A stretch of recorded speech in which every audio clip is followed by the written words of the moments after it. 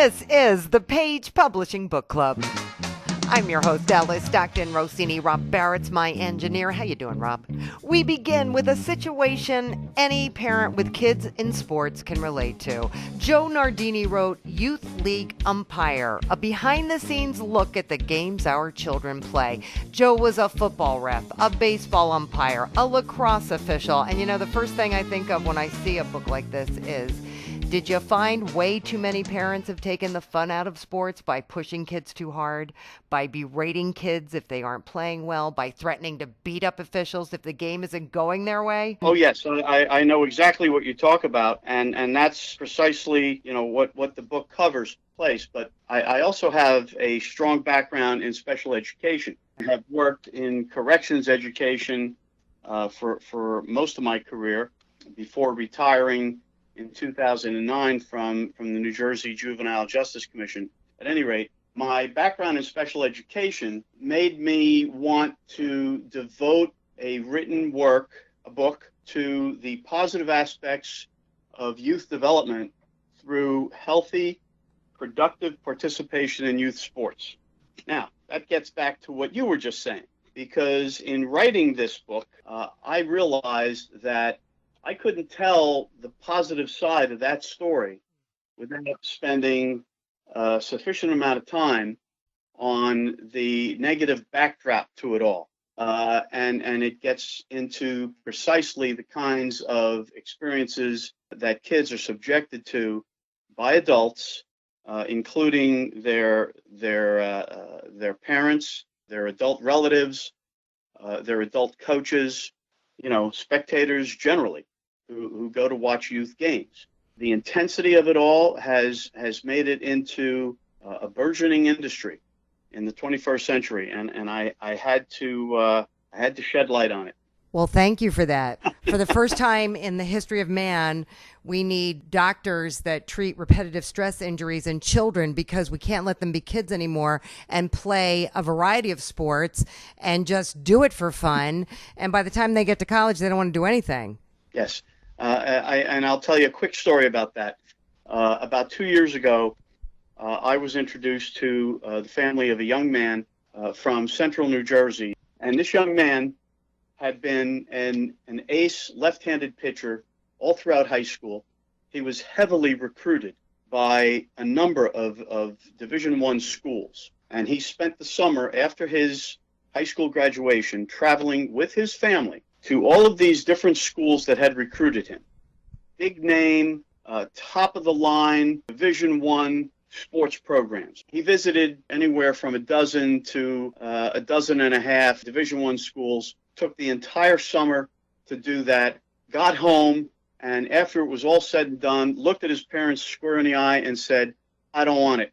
Turned down a 4-year scholarship, free ride, the whole 4 years to the school of his choice. And when they asked him why, he said, I'm just tired of it. And by that he meant everything that you have said and everything that I've written in my book. It's the essential focus of my book, and I think it is a very important message because of what is happening to our kids. The youth travel team industry, it's a burgeoning industry. It increases exponentially every year. Even during the recession, when everyone was hard up for the extra cash that they needed to just live their lives normally and the way they wanted to, there was no decrease at all in the youth travel sports industry. I'm talking every sport you can name. I have worked the 12U tournaments. 12U stands for 12 years of age and under, every summer for the past 12 years. I've also worked numerous tournaments at all age levels, up to and including post-college age players throughout the Northeast, primarily of New Jersey, New York, and Connecticut, Pennsylvania too.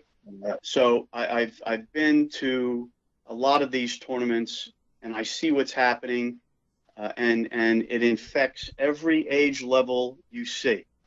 We're seeing violent displays by adult coaches at every level you can think of against officials, game officials, against each other. there are stories of entire groups of adults on one side of a field, on opposite sides of the basketball court, you name it, going after groups of adults on the other side of the field.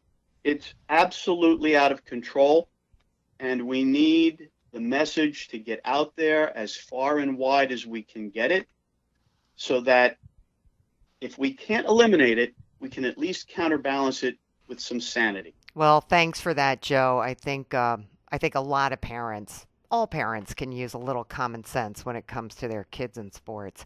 Mr. Oswald is one of those vets. That's the title of his book, and he can explain exactly what that means. It's about me being a 17-year-old kid going into the military in 1981 and being raped 2 weeks into basic training.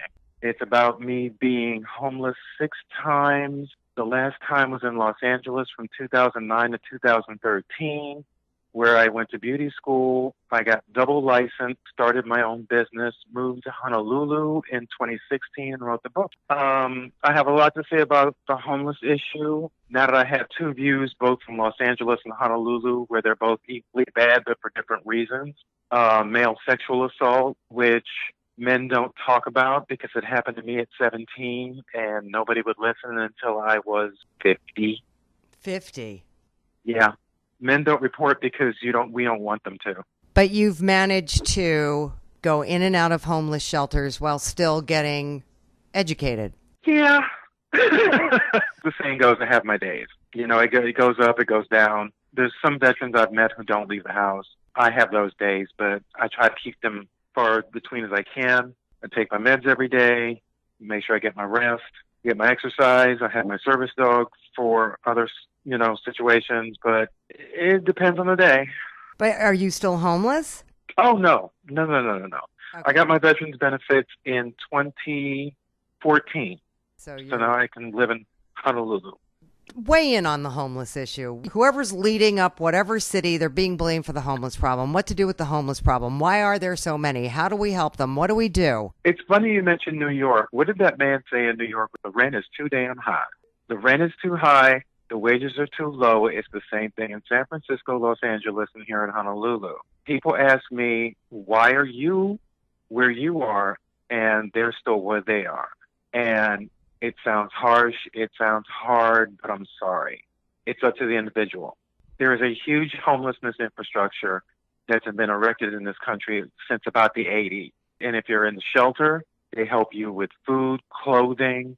2 perfect examples. I know of a nonprofit in Los Angeles where you can get Arnold Schwarzenegger's old dress shirts to wear to a job interview. There's another one in Hollywood where Oprah Winfrey donated her old suits from her talk show for women to go to a job interview for free. So you're saying the help is available? Yes, without question. Would you say that the majority or a large number of homeless people are mentally ill? There are a large number of mentally ill homeless people. There's also something people don't want to admit, which is another thing that I say in my book. There's a lot of people who want to be homeless. They want to be homeless. They don't want to have a job. They don't want to have a boss. They don't want to talk. They don't want to pay rent. They don't want to have a landlord telling them to clean up their trash, on their lawn or their apartment, whatever. They want to be there. There's something called shelter hopping, where a guy goes to a shelter in Skid Row, Los Angeles. Then he gets kicked out of there after 6 months. He goes to East Hollywood. Then he gets kicked out of there and goes to Santa Monica. And by the time it's all said and done, he's made a circuit of homeless shelters from one end of Los Angeles to the other in the course of a year. He's gotten free food, free health care, free clothing, and he didn't have to do anything but just keep moving. So what do we do? What are we supposed to do about that? From my perspective, I've spoken to outreach teams. There's guys on the street who've been there for 30 years, and they're not coming in. They say that, they get robbed in the shelters. They're correct. They get robbed in the shelters. They get beat up in the shelters. The last place you want to be is the women's side of a homeless shelter, let me tell you. Yeah. They will steal your makeup, cut your hair while you're asleep, flush your clothes down the toilet, beat you up. Every Saturday night, the police came to the homeless shelter. It was never for the men's side. It was always the women's side. Oh, wow. There's a perspective I have on this situation that needs to be heard. The concerted effort that was made for veteran homelessness, which I am very grateful help me. It needs to be done, but there also needs to be housing. It actually costs less money to house a homeless person with supportive services than it does to have them on the street. And I'm talking $10,000 to house them with a one-room apartment or a one-bedroom apartment with a housing voucher and a case manager and medication, as opposed to $31,000 a year on the street, because then you're talking emergency room visits, police fines, exposure to the elements, things like that. And nobody gets that, Mr. Oswald. It's kind of mind-boggling, but hopefully a book like this will move us forward. Memoirs of a Failure is the name of Tom Jennings' book, a former Hollywood agent and casting director. Tom, that doesn't sound like a failure. I think it's mostly because I had a couple of bad habits, and the worst habit was alcohol. You know, that got it going and kept it going on and off. That's pretty much it. But I recommend reading the book. It's a humorous book. Julian Fellows, the famous creator of Downton Abbey, was a client of mine for about 10 years. And he wrote the paragraph on the back cover of the book. And it pretty much explains it. He says, this is a hilarious book.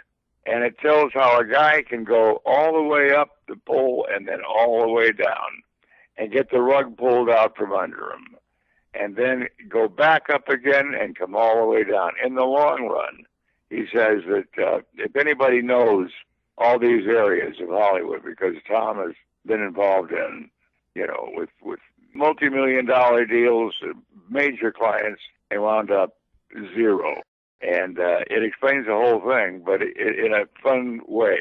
It's not depressing. It just explains the situation. Burl Ives, Gene Simmons, Rick Dees, Buddy Hackett, Foster Brooks, Henny Youngman, my goodness. I mean, you represented the best and the brightest of Hollywood.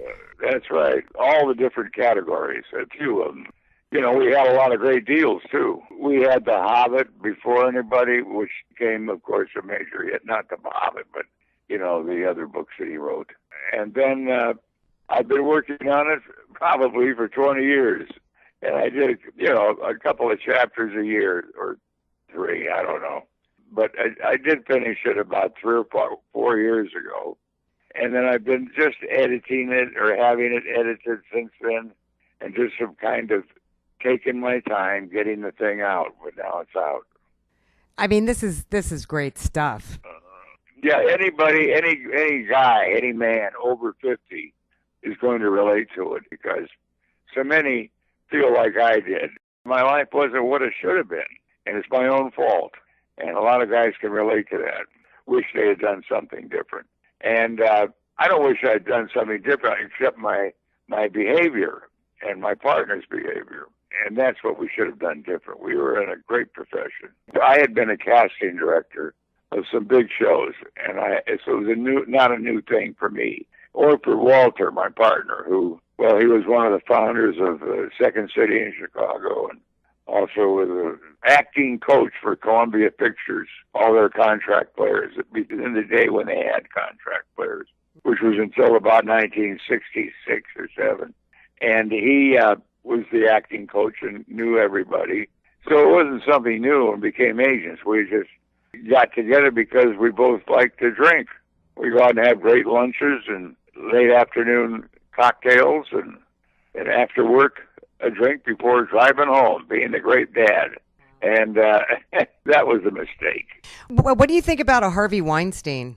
It sounds bad, but back in the day when he was, I guess, guilty of these offenses, Hollywood was a different place, as he says. I think everybody in the world knew back in those days that it was kind of racy, and nobody thought it was evil. I wasn't, but everybody else was. You never required favors from your female? No. But it was common, right? And it is common. Oh yeah, and absolutely. But it isn't common now. Well, maybe, but I don't know. It isn't the thing today it used to be. It's a very, very different operation. You've got a million stories, and I'm sure people are going to be interested in every single one of them. Well, I hope you're right. They should be. All right. But this one is different because it was a critic who did a a review, and he said that this is the first Hollywood book he's read where the author doesn't blame anybody else or accuse anybody else for any of his problems. He takes all the blame himself, and that's what I do. So it makes it different. And I do it in a humorous way. People will enjoy it. It's not going to make them depressed and mad. They'll get a kick out of it. It's a great book. I believe you, Tom Jennings. I believe you. And I believe it's time for us to take a quick break, but we're coming right back. You should too. This is the Page Publishing Book Club. Attention all authors. Page Publishing is looking for authors. Have you written a book and want to get it published? Page Publishing will get your book into bookstores and for sale online at Amazon, Apple iTunes, and other outlets. They handle all aspects of the publishing process for you. Printing, cover art, publicity, copyright, and editing. Call 800-204-6099 now for your free author submission kit. That's 800-204-6099 for your free author submission kit. We're back on the Page Publishing Book Club. I'm your host, Alice Stockton Rossini. E.J. Epicello is a middle school teacher who probably looked like she had it all, but when you read her book, you find out she needed a breakout. Your Crossroads, Your Choice is about her journey. So you basically got fed up with your marriage. You were done trying to please everyone. You made some tough choices. And in the end, what did it all mean? Well, it meant, unfortunately, saying that I was unhappy in my marriage. So, going through a divorce and kind of dealing with that sort of struggle. Taking my parents off a pedestal that I thought they were supposed to be on forever. So that was kind of a harsh realization. And just really taking a look at myself and how I really, made a lot of choices in my life that were based on other people's happiness. So it really made me reassess kind of what I was doing and who I was. What sparked this? I just was not happy. I was not happy. I thought that I had to check some boxes in order to be happy. The job, the kids, the dog, the house, the husband. And when all those boxes were checked, I was still unhappy. Okay. And that, made me realize that something had to change. How many kids?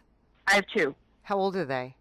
My daughter is 6, and my son is going to turn 4 in October. They're little. Yes, they're very little, yeah. So is that difficult? It is. Thankfully, my ex-husband and I have a good relationship when it comes to the kids. We understand, we've always been good co-parents. So my daughter's more rational. She understands the logic and, doesn't mind the idea of the 2 houses. My son, he has a little bit of a harder time understanding, but I think he's transitioning well. I just want to make sure that, they are surrounded with love and understanding. And honestly, I did this for them. I didn't want them growing up seeing a mom who was unhappy. I want them to see the person I was meant to be, making the choices that I want to make for myself. So does your book outline your choices and what happened as a result? Yes, it's really very general journey of the past few years of my life, almost as if you and I were sitting down for a cup of coffee or a glass of wine or something and just sort of chatting as friends. I keep the book very general. There's no names in it or anything like that, and the reason I do that is because I really want the reader to connect and recognize that they're not alone in this world, that we all have problems. We're all kind of going through this life without a plan book, and we're here to support each other, and mostly we're here to make sure that, we find happiness. Have you found happiness? I'm getting there. I think it's going to be an ongoing journey. I don't think that it's going to just be, a finish line that I get to. There's definitely a lot of self-reflection that I've been doing. I'm much happier than I was, and I'm excited about the future. I no longer kind of look at it as sort of a fearful just next step. So I think there's been improvement. Yeah, I definitely think I found happiness. Well, writing the book, was that cathartic for you? Oh, absolutely. Absolutely. I almost felt like it was my therapist at times. As I was writing, I would have realizations and kind of come to some conclusions. And I think being able to sort of imagine someone sitting across the table from me being a supportive listener helped me to kind of work through a lot of the things that I was trying to work through. Now what? I'm trying to do a lot of social media, talk about my book. I've done a few blog tours. I actually sent a copy to Ellen DeGeneres and wrote her a letter. I'm hoping to get on her show. I think that her message and my message have a lot of very similar themes, and I just think it would be a really great platform to be able to spread the word about kind of finding your confidence and strength in the choices that you make in order to find your happiness. Good enough. Thanks, EJ. Stacy Bogus wrote The Gig It. And if you don't know what that is, you're about to find out. It was an assignment in school.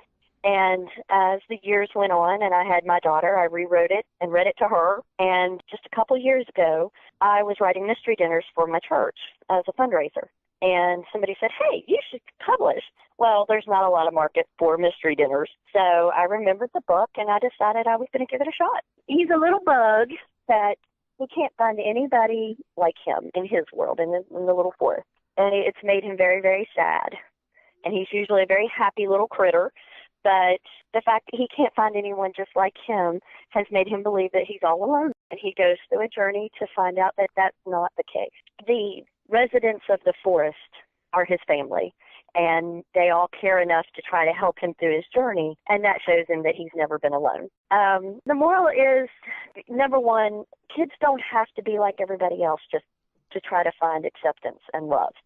Be who you are, and there are people around you who will love you anyway. And the other is, don't focus on the problem. We make problems so much larger than they actually are because that's all we're willing to see. All throughout this book, if the Gig-It had really looked at what was going on around him, he would have seen that all those people that were trying to help him loved him. And he didn't need someone just like him for him not to be alone.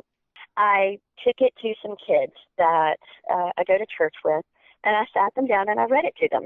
And there was one little girl who was in the first group who every time I read it would come back. She wanted to sit through it every time. And there was a second little girl that did the same thing. And every time I thought, this is stupid, those little girls were so encouraging. And between them and my daughter, who said, you're going to do this, I had to do it. So my church has been a part of this process the entire time. Without that encouragement, I don't think I ever would have done this. How'd you end up at Page? Well, actually, I sent it to two publishers. I sent it to Tate, and I sent it to Page. I initially went with Tate. I had a very bad experience since Tate no longer exists. Oh, geez. And I called Page because they had accepted it to begin with, said, here's the situation, and they still wanted the book, so we went from there. Do you have more books? Oh, yes. There's several more Gig-Its, just depending on how the sales of this book goes. And, there's a writer writes. They always have something in their head. I'm bad about I won't stop long enough to write it down until I have the whole thing in my head, which makes me a little crazy sometimes. And my brain is constantly going. So there's always some storyline going on in my head. Okay, Stacy, glad you found us. Bob Boaz wrote about his four-legged friends. It's called My Four-Legged Friends, and he was inspired by one of them. I spent 16 years with Velvet. I got her as a rescue. Most of my dogs were rescue dogs, and we were the best of friends. I was into photography, and she was a great poser for photography, and our relationship was very, very close, and probably one I'll never forget. So is this about all of your four-legged friends? Yes, 5 specific four-legged friends in my past. Did they all have something in common? The loyalty and love that they have for me, and the same for that I have for them. Are you trying to get people to appreciate their animals? By becoming a friend of a dog rather than calling them a dog or a pet, calling them a friend, making them part of your family, you'll get something that's a lot more than you'll ever imagine. I think the best way to put it was a lady said, my dog is the best loaded 38 I have. Loaded 38? Yes, 38 pistol. I'd rather have a dog than a pistol.